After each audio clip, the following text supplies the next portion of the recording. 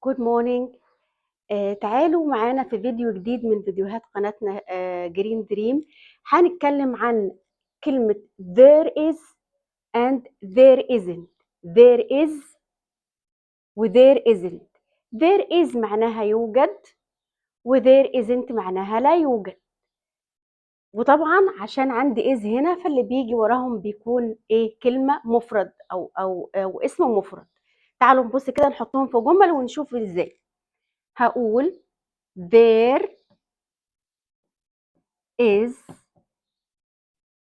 a bag on the desk. There is a bag on the desk. There is a bag on the desk. عندي هنا bag مفرد.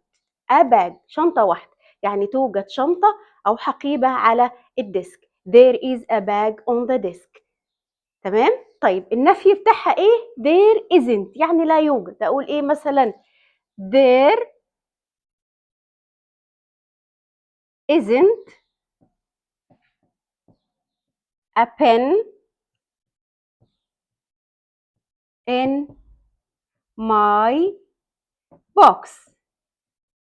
There isn't a pen. There isn't a pen in my box. ما فيش قلم جاف في ايه؟ في البوكس بتاعي. There isn't a pen in my box.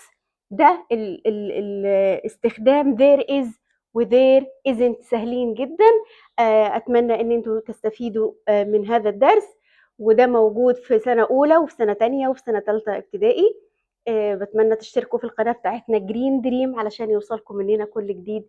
Thanks and goodbye.